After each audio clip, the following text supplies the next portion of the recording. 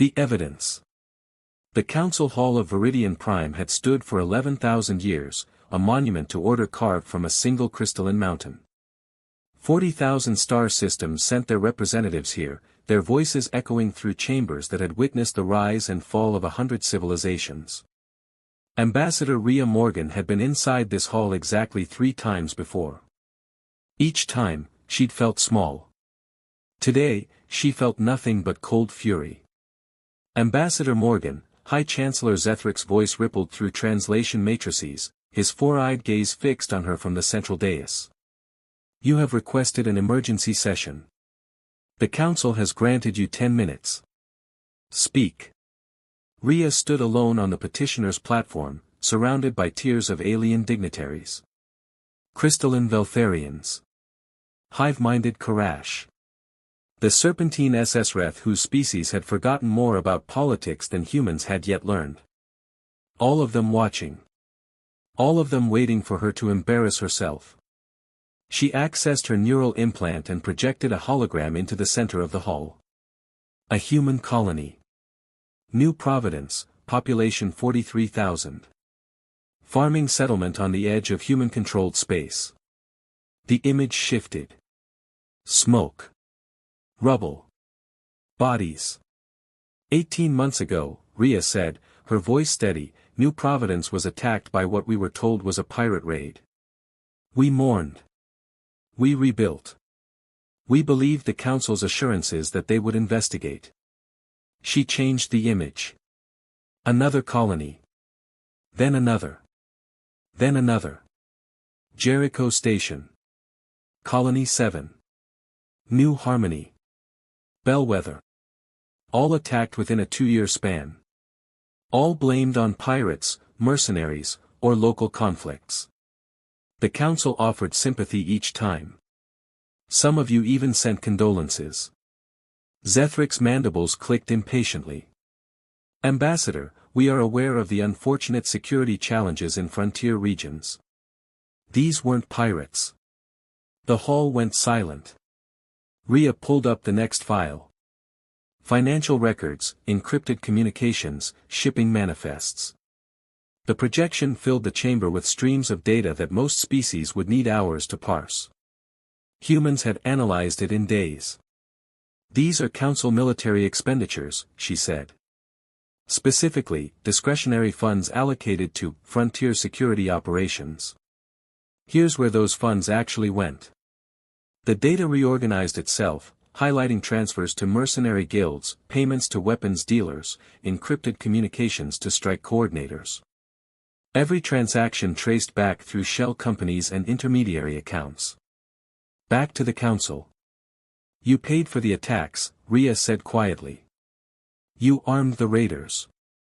You provided intelligence on our colony defenses, shipping routes, and patrol schedules. You murdered my people and called it frontier instability. The chamber erupted. Delegates rose from their seats, voices overlapping in dozens of languages. Some shouted denials. Others demanded explanation. A few, the younger representatives from newer species, looked horrified. Zethric raised 3 of his limbs for silence. When the hall settled, his voice carried the weight of millennia.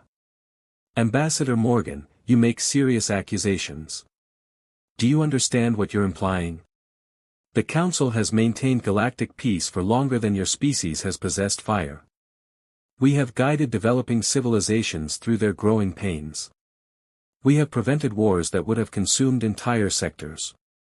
You've prevented competition, Rhea countered. You've systematically weakened every species that showed potential to rival your founding members. The Krevax. The YLL Collective. The Tarkhan Empire. All mysteriously fell into civil wars, economic collapses, or catastrophic accidents just as they approached Council-level technology. She pulled up another file. This one contains something far more damaging. Historical records. Classified Council documents.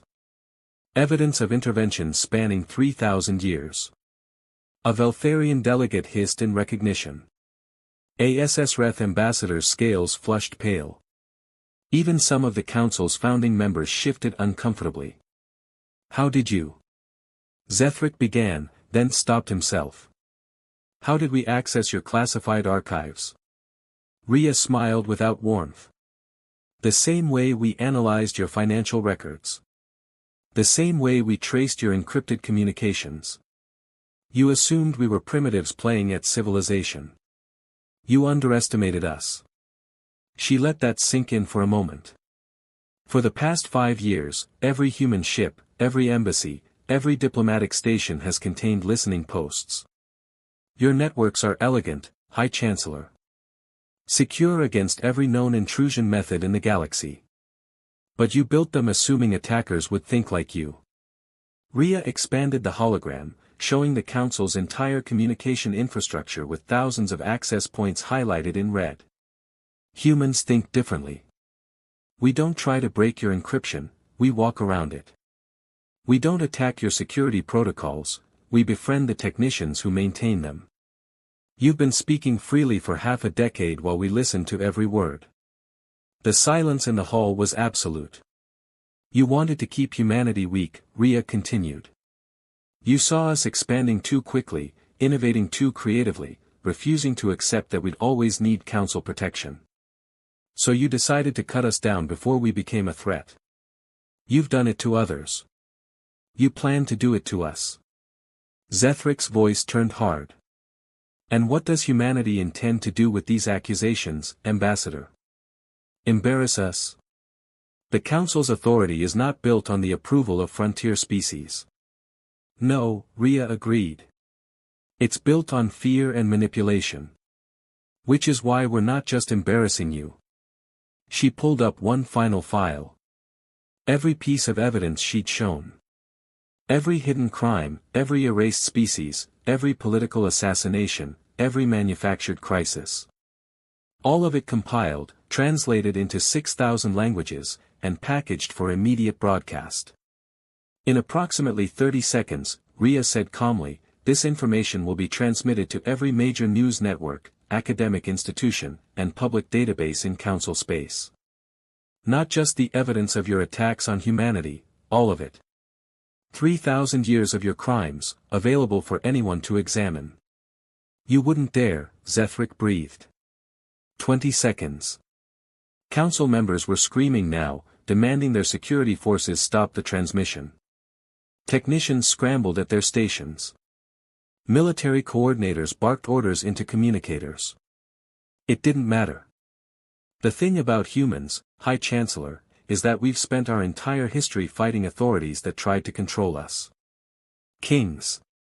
Empires. Corporations. Governments. We've gotten very good at exposing corruption and even better at surviving the aftermath. 15 seconds. You can threaten us with your fleets. You can try to blockade our worlds. You can even attempt to wipe us out. 10 seconds. Rhea's expression didn't change, but her voice dropped to something dangerous. But you should know, we've been preparing for this conversation for 3 years. We didn't just collect evidence. We built countermeasures. And if you come for us now, you'll discover exactly how creative desperate humans can be. 5 seconds. Zethric stared at her, his alien face unreadable but his body language screaming barely controlled rage. Transmission complete, Rhea said softly. Across 40,000 star systems, the truth began to spread. And in that moment, in that ancient hall of power, Ambassador Rhea Morgan stood alone and smiled. Now, she said. Shall we discuss reparations? The trap. The Council's military response came within 6 hours. 12 armadas. 400 capital ships. Support vessels that numbered in the thousands. They assembled in the Kepler belt, just outside humanity's core systems, a show of force designed to terrify Earth into submission. Admiral Tefkan of the Veltharian Third Fleet transmitted the ultimatum himself, his crystalline face filling every screen in human space. Humanity will surrender Ambassador Morgan for trial. You will submit to Council oversight of all military and intelligence operations. You will accept occupation forces on Earth and your 13 colony worlds. You will cease all expansion activities indefinitely. The message repeated on loop for 30 minutes. Then a human response came through. Not from Earth's government. Not from their military command. From a single ship broadcasting on open channels. Admiral Tefkan, this is Captain Elias Ward of the HSCS Defiance. I'm transmitting from a position approximately 3,000 kilometers off your flagship's starboard bow. On the bridge of the Crystalline Dominance, Tefkan's sensor officers frantically recalibrated their equipment. There was no ship within 50,000 kilometers. Their scans showed nothing. Your sensors are working fine, Admiral, Ward's voice continued, almost conversational.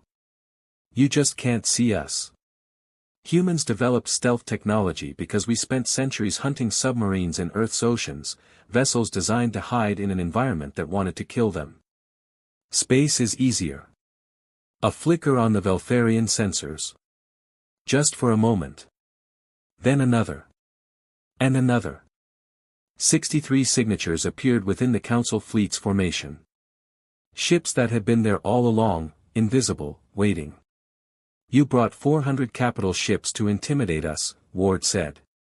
That's impressive. We brought 312 vessels you can't see and 16 weapons platforms you don't know exist. It's not about size, Admiral. It's about knowing you're in a fight before it starts. Tefkan's mandibles clicked rapidly, a Velfarian expression of shock. You're bluffing. Even with stealth technology, you can't seriously threaten. One of the human ships decloaked fully. The Defiance materialized close enough to the Crystalline Dominance that both vessels' shields began interfering with each other. In weapons terms, they were inside hugging distance. We're not here to threaten you, Admiral, Ward said quietly. We're here to explain something. You see, when we realized the Council was trying to erase us, we didn't just gather evidence. We prepared. The view screen shifted, showing a man in his early 40s with gray-streaked hair and eyes that had seen too much. Captain Elias Ward looked like someone who'd learned strategy from necessity rather than academy training. 7 years ago, my family was on New Providence, Ward continued. My wife, Sarah. My daughter, Emma. She was 8 years old. She liked drawing pictures of alien species she'd seen in textbooks. She wanted to be a xenobiologist. His expression didn't change, but something in his voice became colder. The raiders your council paid for hit the colony's main habitat dome first. Sarah used her body to shield Emma from the blast. It bought Emma maybe 3 extra seconds. I was off-world when it happened. By the time I got back, there was nothing to bury. Tefkan said nothing. The council told us it was pirates. Random violence. Bad luck. And I believed you because I wanted to believe the galaxy was better than that. That the council actually stood for something. Ward leaned forward slightly. Then Ambassador Morgan showed me the proof. The payments. The communications. The council's own records admitting what they'd done. And I realized, you murdered my family because humanity was becoming inconvenient. Captain Ward, Tefkan began carefully. If you've experienced personal tragedy. I'm not telling you this for sympathy, Admiral. I'm telling you so you understand what happens next. Ward made a gesture off-screen. Throughout the Council fleet, proximity alarms began screaming. Every capital ship suddenly detected weapons locks from multiple angles. We've spent 3 years building these ships, Ward said. Not for conquest. Not for expansion. Specifically for this moment. When you finally showed your hand and came to finish what you started. The human stealth vessels remained partially phased, their exact position still uncertain but their weapons targeting clearly active. Our doctrine is simple, Ward continued. We can't match your numbers. We can't match your firepower. So we don't fight fair. We fight smart. We fight from positions you can't see. And we target what matters. The tactical display shifted, highlighting not the Council's capital ships but their support vessels. Supply lines. Command and control networks. Fleet coordination hubs. Human military history is full of smaller forces defeating larger ones by attacking infrastructure instead of armies. You brought an invasion fleet. We built a scalpel designed to cut your fleet into pieces that can't coordinate with each other. You're threatening to fire on Council forces? Tefkan's voice carried genuine disbelief. Do you understand what that would mean? The entire galaxy would. The entire galaxy just learned what the Council really is, Ward interrupted. Ambassador Morgan's evidence has been spreading for 6 hours. By now, 40,000 worlds know you've been manipulating them for millennia. Some of them are angry, Admiral. Some are terrified. Some are asking why they ever trusted you. He paused. And all of them are watching to see what happens next. Are you the benevolent protectors you claim to be? Or are you exactly what humanity says you are, bullies who destroy anyone who refuses to kneel? The bridge of the crystalline dominance was silent except for the persistent wail of proximity alarms. Here's our offer, Ward said. You withdraw your fleets. You acknowledge the crimes Ambassador Morgan exposed. You enter negotiations for a new galactic framework, one where the Council doesn't get to decide which species deserve to survive. And if we refuse? Then we fight. Right here, right now. Your 400 ships against our 300 invisible ones. Your captains are brave, Admiral, and their crews are well trained. But they don't know where we are, and they've never fought an enemy who spent 3 years studying every weakness in Council military doctrine. Ward's expression remained calm, but his eyes were stone. We'll lose eventually. You'll destroy us. But not before we cripple half your fleet and expose to the entire galaxy that the mighty Council can be hurt. That you can bleed. And once everyone sees that, how long before other species start wondering if they need your protection at all?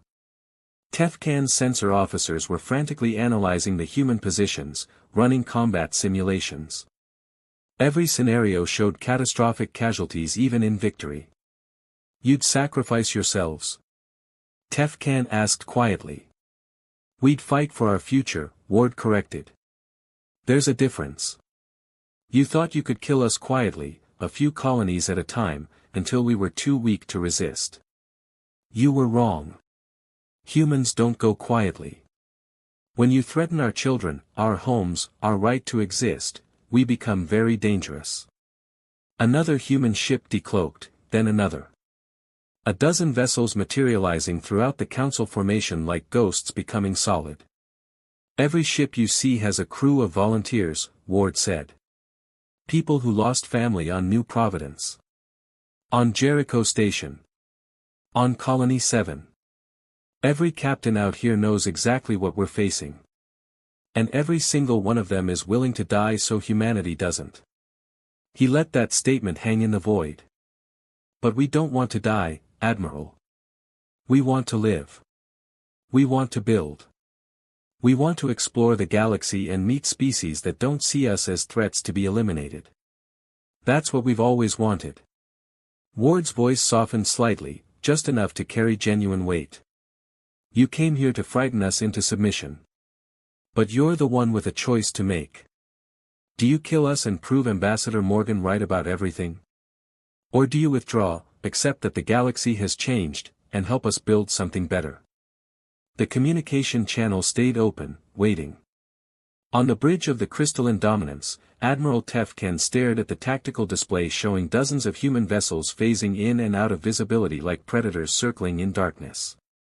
He'd commanded fleets for 90 years. He'd fought in 18 campaigns.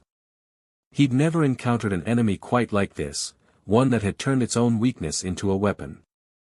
Finally, he spoke. Captain Ward. I need to consult with the Council. You have 1 hour, Ward replied. After that, my captains get nervous. And nervous humans make very poor decisions. The channel closed. Across the Kepler belt, Human and Council forces remained locked in position, weapons hot, everyone waiting to see if the galaxy was about to witness its first interspecies war in 3,000 years. Or something else entirely. The future. The Council deliberated for 57 minutes. On Earth, 4 billion people watched the standoff in real time. On colony worlds, humans checked evacuation protocols and held their children closer. In the Kepler belt, Captain Elias Ward stood on the bridge of the Defiance, watching the clock count down. His tactical officer, Commander Sarah Chen, glanced at him.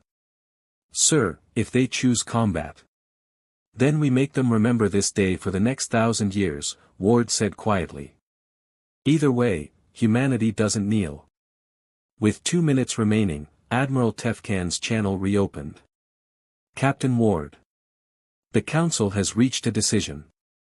Ward waited, his hand resting near the weapons authorization console. We will withdraw our fleets, Tefkan said slowly, the words clearly painful. The Council agrees to enter negotiations for a new framework of galactic governance. However, nothing, a new voice interrupted. High Chancellor Zethrik's image replaced Tefkan's on the view screen, his 4 eyes blazing with barely controlled fury. You think you've won, Captain Ward? You've exposed us, embarrassed us, threatened us with your clever tricks. But humanity remains a single species with 14 worlds facing a galaxy of 40,000 systems. You cannot hide forever. And when your stealth fields fail, when your ammunition runs out, when the galaxy tires of your disruption, we will still be here. Ward met Zethrik's gaze calmly. You're right, Chancellor. We can't hide forever. Which is why we're not going to. He nodded to Chen, who transmitted a new file across all Council channels. For the past 3 years, while we prepared our fleets and gathered evidence, we also did something else. We reached out. The transmission showed communications records. Hundreds of them. Thousands. Messages to species the Council had suppressed. Worlds that had suffered mysterious setbacks. Civilizations that had been kept deliberately weak. Every species that had ever wondered why their development seemed to stall just as they approached Council-level capability. We shared what we learned, Ward said. Not just about our situation, about yours. The Krivak's economic collapse in 2847. Council manipulation. The YLL collective civil war in 3012. Council-sponsored agitators. The Tarkhan plague of 3156. Council bioweapon testing. Zethrik's mandibles clicked rapidly. You cannot prove. We already did. Check your own communication networks, Chancellor. In the last hour, 17 species have issued formal statements questioning Council authority. 9 have recalled their ambassadors. 3 have begun organizing an alternative forum for interstellar cooperation. Ward pulled up a star map showing Council space. Red indicators were blooming across it like flowers in spring. You ruled through fear and secrecy. Ambassador Morgan broke the secrecy. Now the fear is turning into anger. And angry people ask questions. Why do we need the Council? What have they actually protected us from? What might we achieve without them holding us back? This is sedition, Zethrik hissed. No, Ward corrected. This is evolution. The galaxy doesn't need parents deciding which children get to grow up. It needs partners. Equals. Species working together because they choose to, not because they're afraid of what happens if they don't. Another voice joined the channel, Ambassador Rhea Morgan, transmitting from Earth. Chancellor Zethrik, humanity doesn't want to destroy the Council. We want to transform it. You've maintained peace for millennia, and that matters.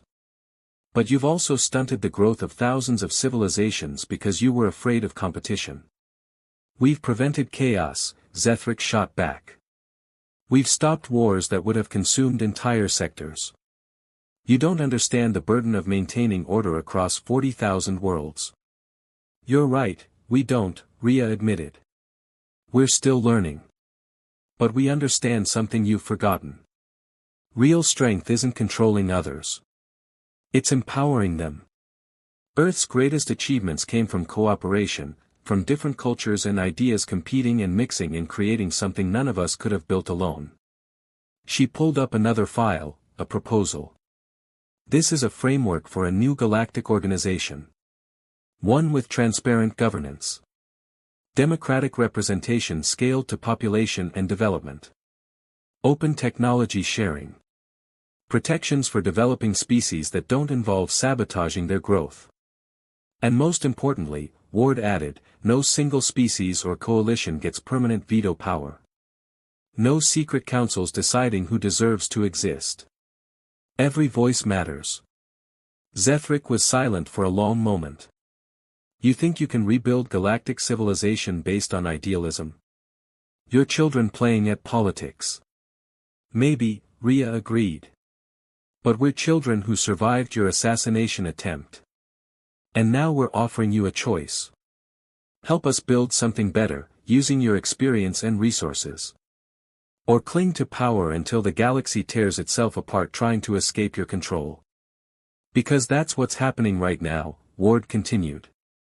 Every hour your crimes stay public, more species lose faith in the Council. Some of them will try to break away peacefully. Others won't. You can guide this transition or be swept away by it. On the view screen,Zethric's expression was unreadable. Behind him, other council members were visible, arguing, gesturing, some looking genuinely shaken. Finally, a different delegate stepped forward. Senator Cry SS, a SS-Reth whose family had served the council for generations. Her scaled features showed something almost like relief. Chancellor Zethric speaks for the council's old guard, she said carefully. But some of us have, suspected. We've seen patterns. Questioned decisions. Wondered why species that showed promise always seemed to face crises. She looked directly at Rhea. Not all of us were part of this, Ambassador Morgan. Some of us genuinely believed we were protecting the galaxy. And some of us. She paused, some of us are ashamed to learn what was done in our name. Then help us fix it, Rhea said simply. Cry SS glanced at Zethric, then back to the screen. I vote to accept humanity's proposal. We enter negotiations immediately. We acknowledge our crimes publicly. And we begin the work of rebuilding trust. Seconded, another voice called. Then another. Then a dozen more. Zethric watched his coalition crumbling in real time. You understand what you're doing, he said quietly, speaking to his own council members. You're dismantling an order that has maintained stability for 3,000 years. You're empowering species too young to understand the consequences of their actions. You're gambling with galactic security based on the word of humans who've been part of this community for less than a century. Yes, Senator Cry SS said firmly. Because they're right. We've become exactly what we claimed to prevent, tyrants maintaining power through fear. If the Council cannot adapt, then perhaps it deserves to fall.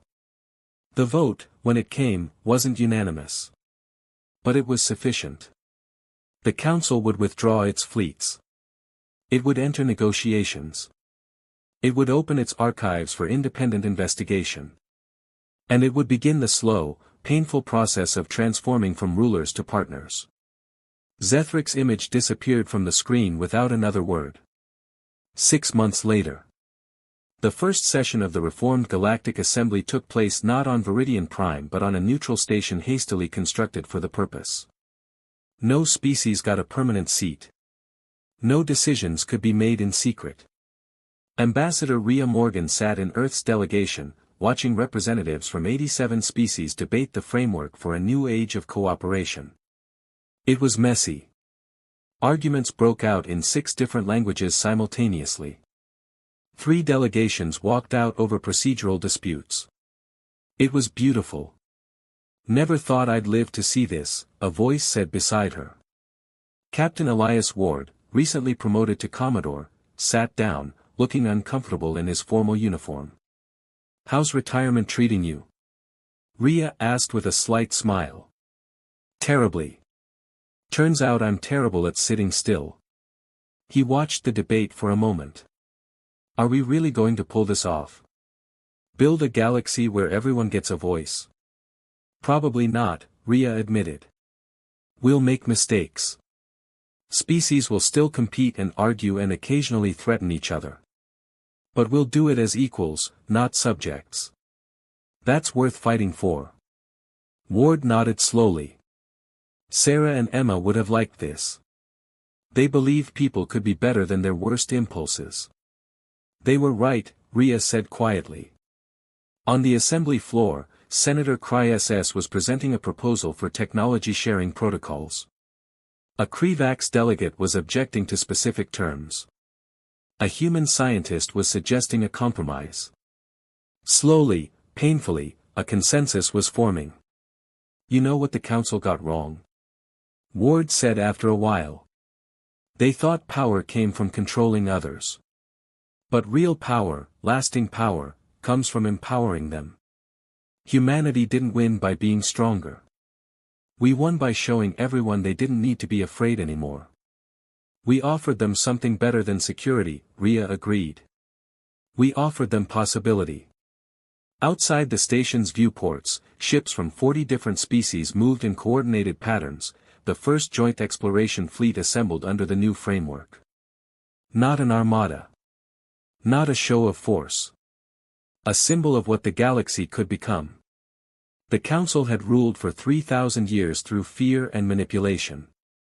They'd expected humanity to kneel or die.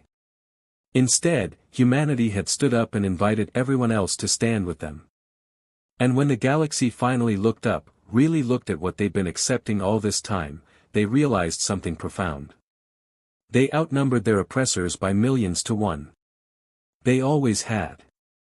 They just needed someone brave enough to show them. The vote on the technology sharing protocol passed. The assembly erupted in a dozen different expressions of approval. Rhea smiled. So what happens now? Ward asked. Rhea looked at the star map on the central display, showing thousands of systems beginning to open communication channels, share research, plan cooperative ventures. Now, she said. Now we actually have to build the future we promised. And that's going to be harder than anything we've done so far. Good, Ward replied, a ghost of a smile crossing his tired face. Humans are better with challenges than victories anyway. On Viridian Prime, in an office that had hosted high chancellors for 11,000 years, Zethric watched the assembly proceedings on a monitor. His era was ending. The council he'd served his entire life was becoming something unrecognizable. A message notification appeared on his console. From Senator Cry-SS. History will judge whether we were villains or failures. But perhaps it will also remember that when given the choice, some of us chose to build rather than burn. There is still work to do, if you're willing. K. Zethric stared at the message for a long time. Finally, slowly, he began to type a response. The galaxy was changing. Perhaps he could too.